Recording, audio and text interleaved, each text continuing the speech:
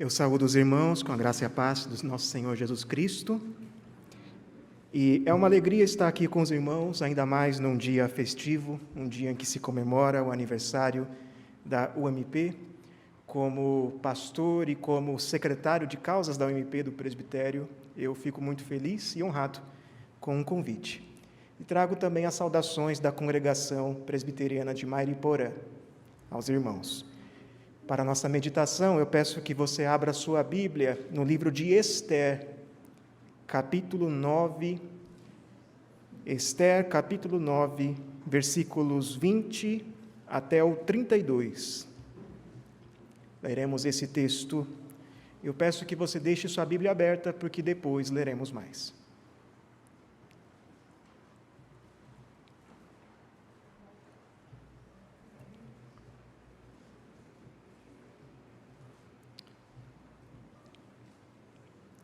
Ester, capítulo 9, a partir do versículo 20,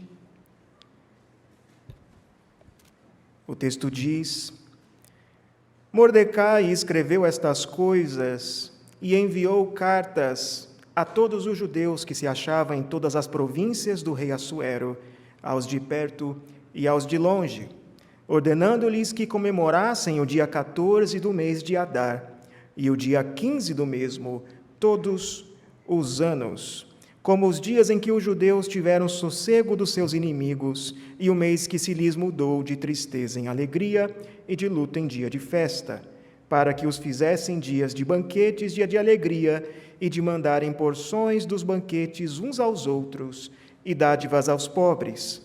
Assim os judeus aceitaram como costume o que naquele tempo haviam feito pela primeira vez, segundo Mordecai lhes prescrevera. Porque Amã, filho de Amedata, o Agagita, inimigo de todos os judeus, tinha intentado destruir os judeus e tinha lançado o Pur, isto é, sortes, para os assolar e destruir. Mas tendo Ester ido perante o rei, ordenou ele por cartas que o seu mau intento que assentara contra os judeus recaísse contra a própria cabeça dele, pelo que enforcaram a ele e a seus filhos. Por isso, aqueles dias chamam Purim, do nome Pur. Daí, por causa de todas as palavras daquela carta, e do que testemunharam e do que lhes havia sucedido, determinaram os judeus e tomaram sobre si, sobre a sua descendência e sobre todos os que se chegassem a eles, que não se deixaria de comemorar estes 2 dias, segundo o que se escrevera deles e segundo o seu tempo marcado todos os anos, e que estes dias seriam lembrados e comemorados geração após geração, por todas as famílias, em todas as províncias e em todas as cidades, e que estes dias de Purim jamais caducariam entre os judeus, e que a memória deles jamais se extinguiria entre os seus descendentes. Então a rainha Ester, filha de Abiail, e o judeu Mordecai escreveram com toda a autoridade, segunda vez para confirmar a carta de Purim. Expediram cartas a todos os judeus, a 120 províncias do reino de Assuero, com palavras amigáveis e sinceras, para confirmar estes dias de Purim nos seus tempos determinados, como o judeu Mordecai e a rainha Ester lhes tinham estabelecido, e como eles mesmos já o tinham estabelecido sobre si e sobre a sua descendência, acerca do jejum e do seu lamento. E o mandado de Ester estabeleceu estas particularidades de Purim e se escreveu no livro. Que Deus abençoe a exposição da sua palavra. Meus irmãos, hoje é dia de culto, e culto vai ser estranho para alguns a ideia de que a Bíblia manda que nós fiquemos alegres, não é mesmo? Você já tentou dizer para alguém irritado, fique calmo? Funciona? Dá certo isso? Ou dizer para alguém que está ansioso, fique tranquilo? Não é bem assim que as coisas funcionam, não é? Não adianta só dizer para alguém, fique calmo, fique tranquilo, mas a Bíblia manda que nós fiquemos alegres. E essa alegria que a Bíblia manda que nós tenhamos, não é uma alegria tola, não é uma alegria ingênua de quem finge que está tudo bem, que não existe sofrimento na vida, que não tem problemas. O culto não é de uma alegria falsa, superficial, simulada. Não, a gente sabe que tem problema, que tem pandemia aí fora, que tem Covid-19, que tem boletos para pagar. A gente sabe que tem problema. Não é uma alegria ingênua, mas é uma alegria de quem passa por tristezas, de quem vem de muitas lutas e que se alegra porque tem boas razões para se alegrar. Que razões são essas? Aqui nós temos a instituição de uma festa. Esse texto aqui é a instituição da festa do Purim. Mordecai e Esther estabelecem essa festa como uma comemoração do dia em que os judeus foram livrados de uma grande matança. Você deve se lembrar da história de Esther, e esse livro é um livro muito curioso da Bíblia, é um livro que não menciona o nome de Deus uma única vez. É uma história em que aparentemente Deus está ausente, mas quando nós lemos com atenção, percebemos que Ele está em cada acontecimento, dirigindo a história para o seu propósito. Relembrando um pouquinho da história, o que acontece aqui, os judeus estão espalhados pelo Império Persa, mesmo depois de Ciro ter permitido que eles voltassem a Judá, que reconstruíssem Jerusalém, a cidade estava pronta, o templo estava pronto, mas o povo ainda permanecia espalhado pelo império. Muitos deram seguimento às suas vidas ali longe da terra prometida. E nesse tempo vivia ali o rei Assuero, também chamado de Xerxes, neto de Ciro. Assuero seria uma transliteração desse nome para o hebraico, mas é aquele mesmo Xerxes do filme 300. Se você já viu esse filme, você deve se lembrar desse personagem. Aquele que teve dificuldade para vencer os 300 de Esparta. E esse Xerxes, bem como no filme mesmo, ele é um homem um tanto quanto insensível. Ele gostava de ver sangue sendo derramado. Ele tomava decisões e decretos segundo aquilo que era melhor para ele em termos políticos, em termos econômicos, não pensando, não se importando em quantas pessoas iriam morrer pelas suas decisões impensadas. E foi assim com o decreto que ele fez contra os judeus, por influência de um inimigo dos judeus, Amã. Amã era um agagita, um inimigo dos judeus, um descendente de Alameque, e ele queria destruir todos os judeus. E ele fez uso de seu poder econômico, de seu poder político, convencendo o rei a assinar um decreto que permitiria a destruição dos judeus, em troca de dar a ele algum benefício econômico. E esse decreto significaria o fim dos judeus, porque tudo na região era Império Persa. Não tinha para onde fugir. Judá era Império Persa. Egito, Império Persa. Eles fugiriam para onde? Amã bolou esse plano e ele iria executá-lo. E ele lançou a sorte. Ele pegou o Pur para lançar a sorte, para decidir em que mês ele faria isso. E caiu no mês de Adar, no dia 13, o dia em que os judeus seriam extintos. Mas aquilo que Amã intentou contra o povo de Deus, Deus intentou, Deus planejou para livrar o seu povo de seus inimigos. O que aconteceu foi que, por uma série de reviravoltas, Deus colocou Esther na corte do rei e colocou Mordecai numa posição de autoridade, e eles revelaram ao rei, revelaram ao imperador todo o plano de Amã e o convenceram a assinar um segundo decreto que permitia que os judeus se defendessem. Então, o decreto primeiro ainda continuava valendo, porque o imperador não podia cancelar o seu próprio decreto. Mas houve um segundo decreto, agora os judeus poderiam se defender. E chegou no capítulo 9. E o capítulo 9 é totalmente anticlímax. É um capítulo um tanto quanto diferente do que a gente estava esperando, Porque até então a história toda é cheia de suspense, de reviravoltas, de tramas, e tudo apontava para o dia em que haveria a grande batalha. Os judeus seriam atacados, mas poderiam se defender. O confronto do povo de Deus com os seus inimigos é uma batalha que estava prometendo. É como Vingadores Ultimato.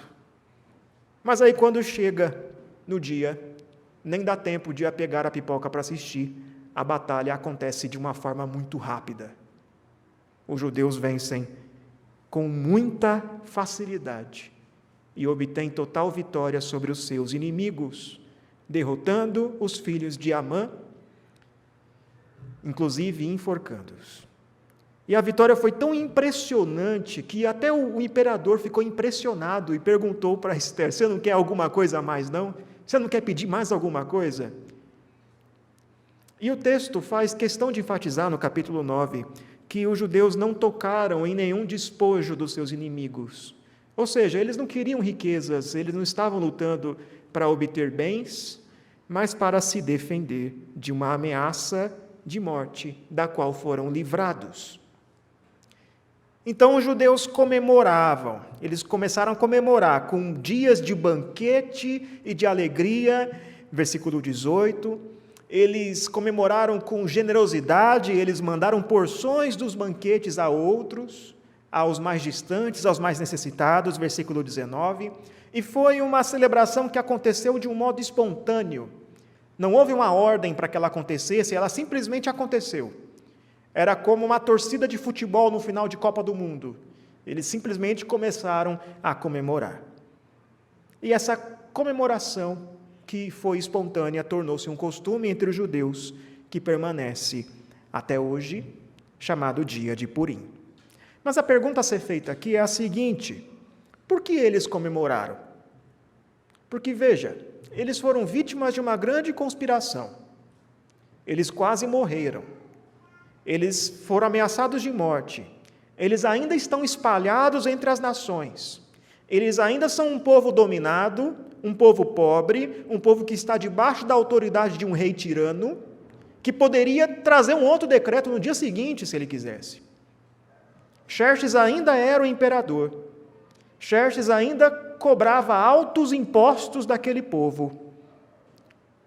O descendente do rei Davi, que viria a reinar eternamente, ainda não havia aparecido.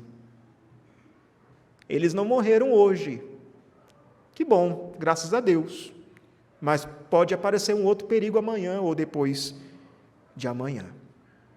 Por que comemorar? Assim é o culto. É claro que o culto não é apenas uma festa, apenas uma celebração. Isso seria diminuir o culto. Mas o culto também é uma festa. E nele também nós lembramos do grande livramento que Deus nos deu. E antecipamos um dia em que teremos um livramento maior, em que teremos uma libertação. Por isso nós devemos cultuar com uma alegria, apesar das circunstâncias. Uma alegria que está fundada nos atos e nas promessas de Deus. Temos razões para celebrar, mesmo em meio a dificuldades. Que razões são essas? A primeira razão é a seguinte: celebre, porque no passado Deus te livrou. Celebre, porque no passado Deus te livrou. Versículos 20 a 22. Veja que a festa do Purim começou como uma festa espontânea, uma resposta natural ao livramento que Deus deu àquele povo. Não era uma festa ordenada por Deus, não é uma festa que se encontra lá em Êxodo capítulo 23, em que tem as festas ordenadas por Deus ao povo judeu, mas é uma festa celebrada pelo povo, uma reação espontânea ao grande livramento de Deus. Então Mordecai, depois de ver essa festa espontânea, ele escreve estas coisas, versículo 20. Ou seja, ele escreve o que aconteceu, ele conta a história. E temos então a descrição do que ele vai escrever depois. Ele escreve um relato aos judeus de todas as províncias, contando a história de como se deu o livramento do povo e ordenando que eles comemorassem esse dia como o dia em que se deu o livramento de Deus. E é interessante como Mordecai descreve esses dias, versículo 22. Ele diz: Deus deu sossego ao povo de seus inimigos. Imagine como é você ter um decreto de morte sobre sua cabeça. Imagine como é ter um imperador escreveu: você será destruído, não tem para onde fugir, simplesmente vai acontecer, vai ser no dia 13 no mês de Adar. Imagine a angústia que isso trouxe ao coração, que levou Ester e seus servos a orarem, jejuarem a respeito disso, e todo o povo orou e jejuou a respeito desse assunto. Mas agora eles têm sossego, eles foram aliviados, livrados da morte. Deus mudou a sua tristeza em alegria e o luto em dia de festa. Então veja o contraste aqui, a tristeza com a alegria. A alegria do livramento de Deus é ainda maior quando lembramos da angústia que veio antes, do perigo que estava sobre nossas cabeças. A angústia foi grande, foi tão grande que levou eles a se humilharem e jejuarem, mas justamente porque a angústia foi tão grande e porque o problema foi tão grande, agora eles sentem de um modo mais vívido o grande livramento de Deus. É como Jesus diz certa vez: aquele que foi muito perdoado, esse ama mais e adora mais. Então o povo deve fazer o quê? Deve fazer festa e banquetes de alegria, uma festa generosa, com porções enviadas a outras pessoas. Como o dia de ações de graças, como o Natal, em que as pessoas se reúnem, trocam presentes e fazem grandes ceias e banquetes. E essa festa deve terminar no banquete. E é interessante que o livro de Ester é um livro cheio de banquetes.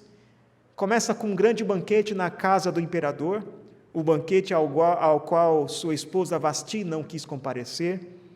Quando o rei se casou com Ester, ele deu um grande banquete, foi um grande banquete, a festa de casamento. Quando Ester decidiu conversar com o rei, ela convidou o rei para um banquete.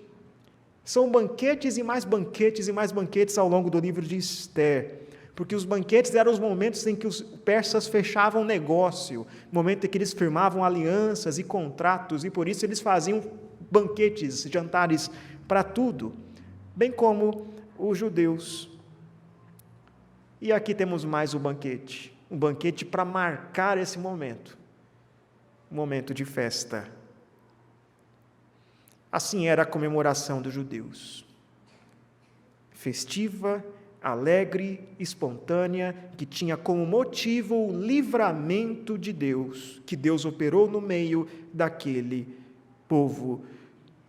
Uma festa motivada pela gratidão. E como nós cantamos aqui, nós temos motivos para sermos gratos também. Nós temos motivos para celebrar, porque nós fomos livrados de algo muito pior do que uma conspiração de morte. Os judeus foram livrados de seus inimigos, mas você pode experimentar algo ainda melhor.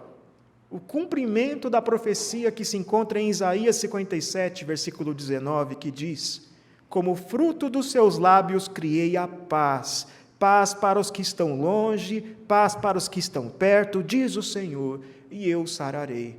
Você pode desfrutar de paz com Deus, porque o decreto de morte eterna foi cancelado para aqueles que creem em Jesus Cristo.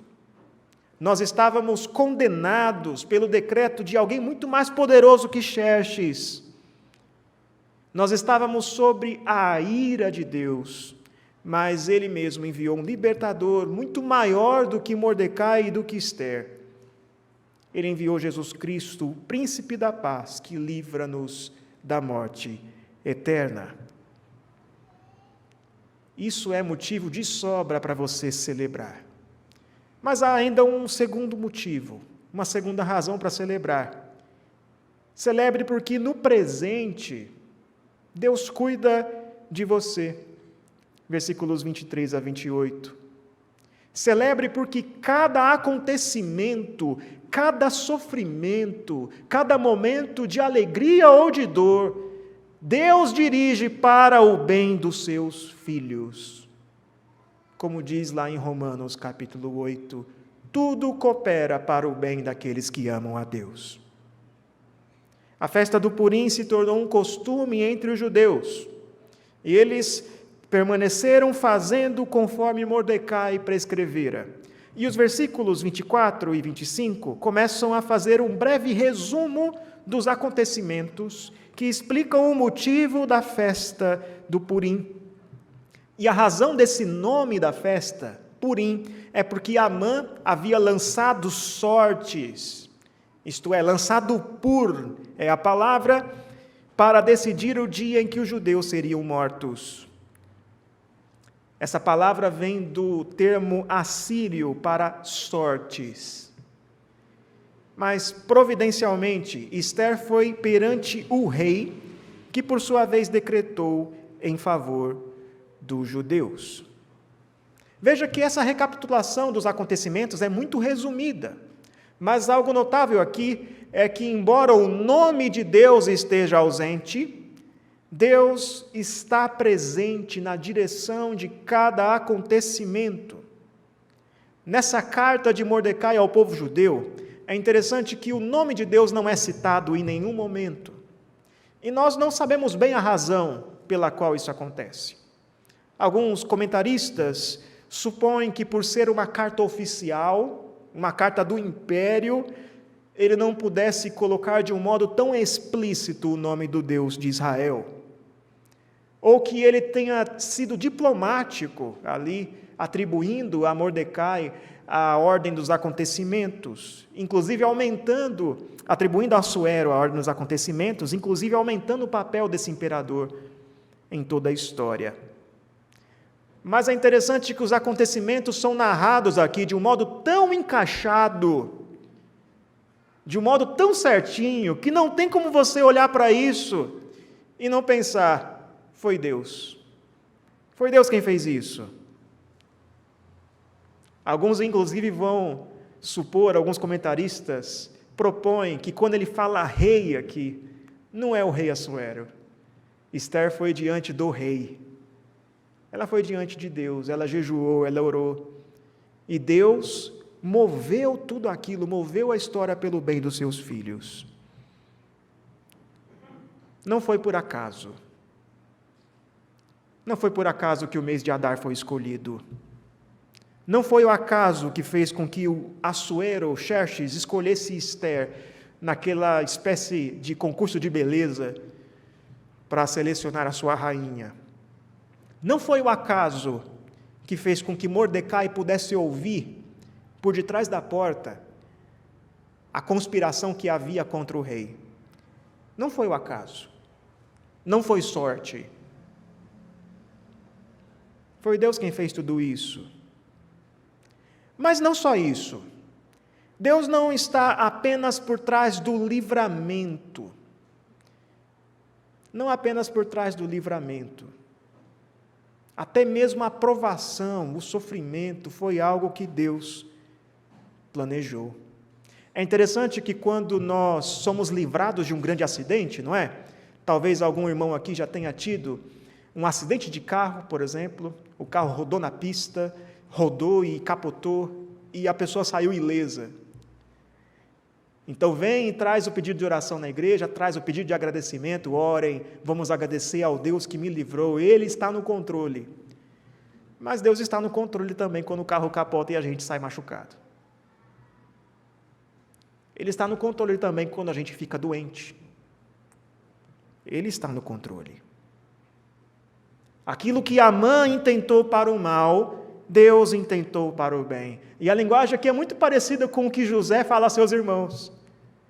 O que vocês planejaram para o mal, Deus intentou para o bem.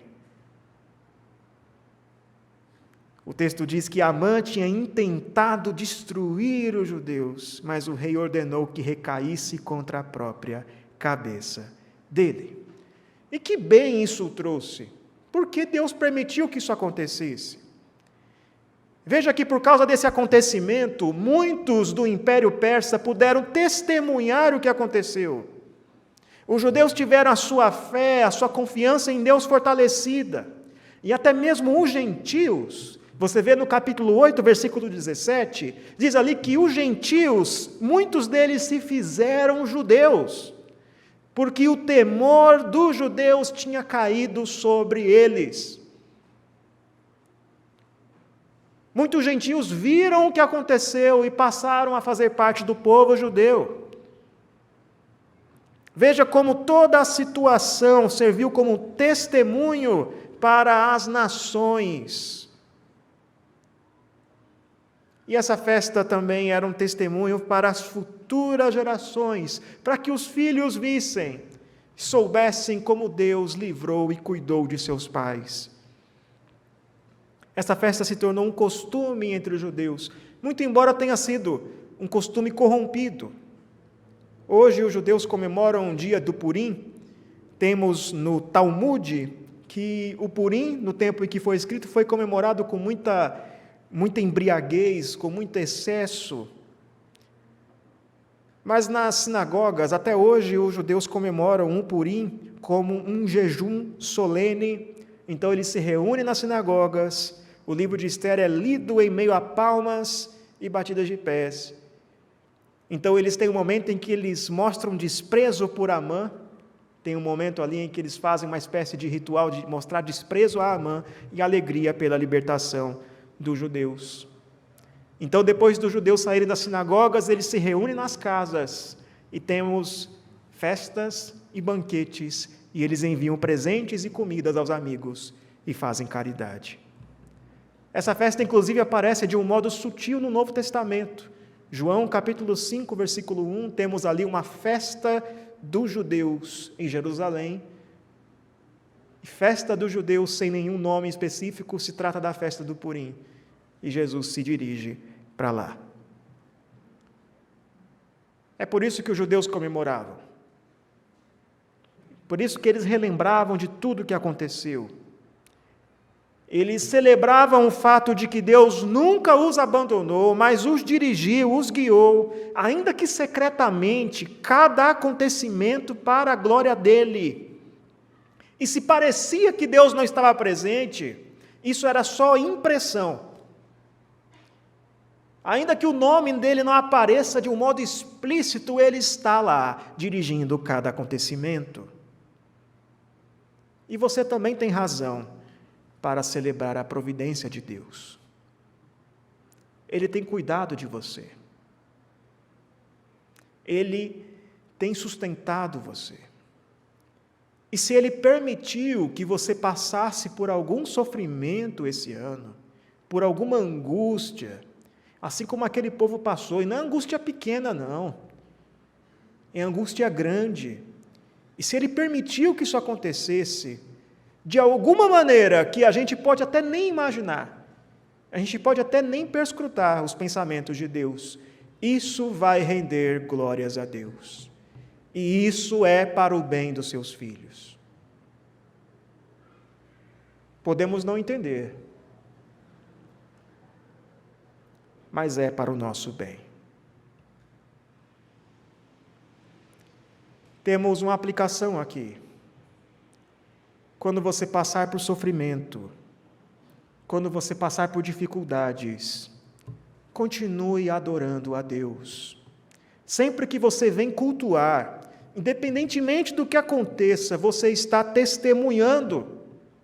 Sempre que você permanece firme, que você continua crendo e mantendo a sua fé, você está testemunhando, você está afirmando com as suas atitudes que Deus é o Senhor de sua vida e que você crê que Ele continua sendo o Senhor mesmo quando você sofre, e outras pessoas verão você, e outras pessoas se espelharão em você e quererão saber quem é esse Deus que pode me dar alegria mesmo diante do sofrimento.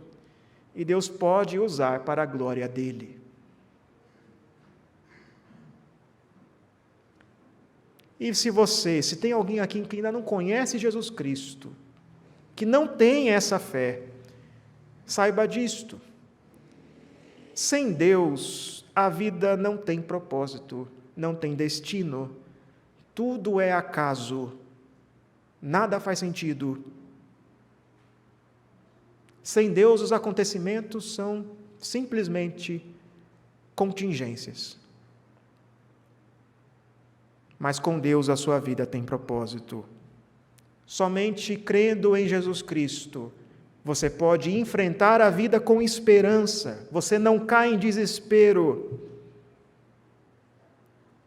Não é negar que o sofrimento existe, mas é crer que o sofrimento tem um lugar especial nos planos de Deus. Porque o próprio Deus, o Verbo, se encarnou e veio sofrer. Servir ao Pai, morrer naquela cruz para livrar os filhos de Deus da morte eterna. O sofrimento tem um papel tão especial nos planos de Deus, que o Verbo de Deus veio sofrer. E não fosse o sofrimento de Cristo, ninguém seria salvo. Somente com Deus o sofrimento faz sentido. Por fim, em terceiro lugar, celebre porque o futuro é glorioso. Vamos dar uma olhada no capítulo 10, versículos 1 a 3. É um capítulo bem curto. Capítulo 10, versículos 1 a 3. O texto diz: Depois disto, o rei Assuero impôs tributo sobre a terra e sobre as terras do mar. E quanto aos mais atos do seu poder e do seu valor, e ao relatório completo da grandeza de Mordecai, a quem o rei exaltou, porventura não estão escritos no livro da história dos reis da Média e da Pérsia? Pois o judeu Mordecai foi o segundo depois do rei Assuero, e grande para com os judeus, e estimado pela multidão de seus irmãos, tendo procurado o bem-estar do seu povo e trabalhado pela prosperidade de todo o povo da sua raça. A história podia ter acabado no capítulo 9, não é? Seria um final feliz, mas não acabou.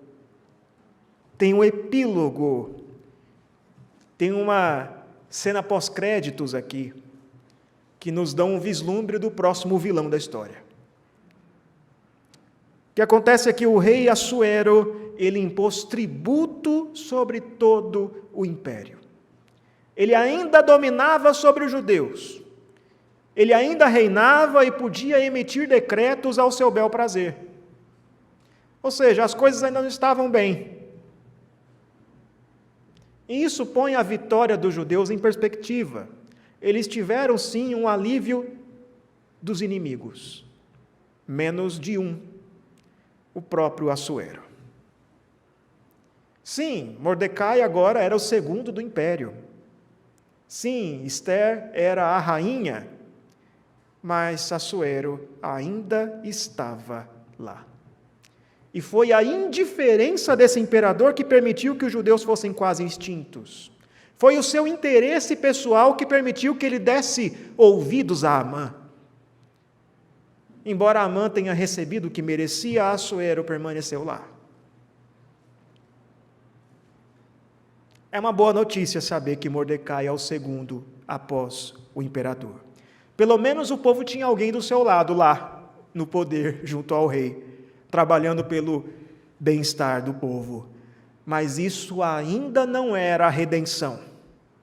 Isso ainda não era o descanso. Somente quando o rei dos judeus viesse, o verdadeiro rei viesse, é que eles teriam descanso. Somente quando viesse o rei que busca a justiça, que busca a equidade para o seu povo, que trabalha pelo bem-estar do seu povo, o rei que foi prometido a Davi, segundo o livro de Samuel, capítulo 7, o rei que viria a reinar eternamente, estabelecer a casa de Davi para sempre, somente quando ele viesse e inaugurasse o seu reino, é que eles teriam descanso. Então aqui o livro nos fala de um grande livramento, mas esse livramento ainda não é a redenção. Veja que o povo foi livrado e foi pela providência de Deus, graças a Deus. Um problema foi resolvido, mas outro virá amanhã. O mal ainda estava à solta no mundo. era preciso uma libertação muito maior e muito mais completa. Somente quando o mundo fosse renovado e o pecado fosse apagado do mundo, é que haveria redenção. Enquanto isso não vem, enquanto isso não acontece, tem muitos assueros por aí. Ainda tem pandemia lá fora. Ainda tem doença. E quando for embora a pandemia, vai vir outra coisa.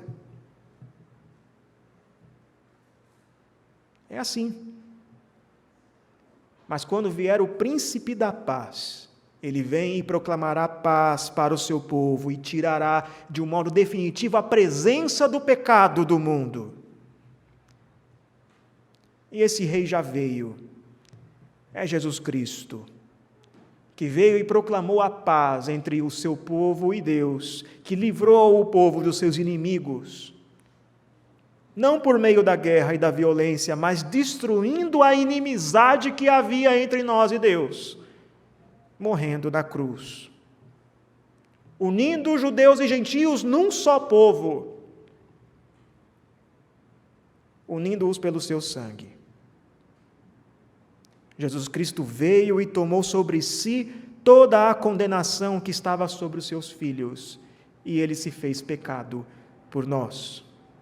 Foi colocado no madeiro, assumiu a nossa maldição, ressuscitou ao terceiro dia, subiu aos céus, reina nos céus, e agora ele promete que um dia vai voltar e vai consumar, vai realizar a consumação, vai renovar os céus e a terra e vai estabelecer essa paz para todos os seus filhos, para sempre. E quando nós cultuamos, quando nós celebramos aqui, nós estamos antecipando essa vitória.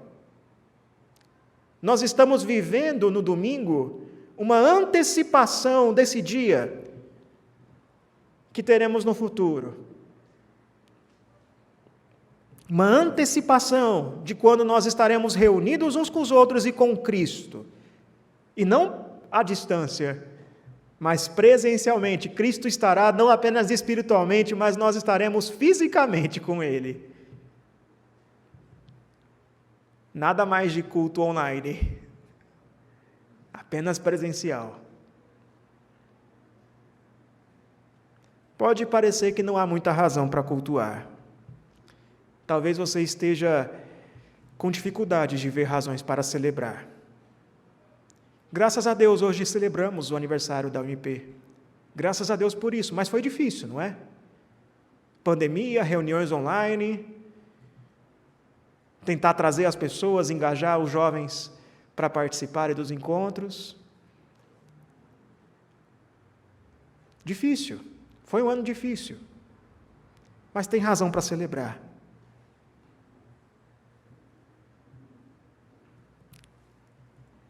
O culto deve ser alegre. O culto é uma festa. E nós temos razões para celebrar hoje. Uma alegria sóbria, uma alegria serena, de quem lembra que foi livrado da morte eterna, de que sabe que é sustentado, cuidado por Deus, e que a redenção veio para nós, mas ainda não veio de um modo definitivo sobre a terra. E Cristo a trará. O nosso rei virá mais uma vez e irá requerer o seu trono, e os dias do império do mal vão acabar. Por isso celebramos, por isso cultuamos. Que Deus abençoe você, que seja hoje um dia de festa, um dia de celebração, apesar das dificuldades. Amém.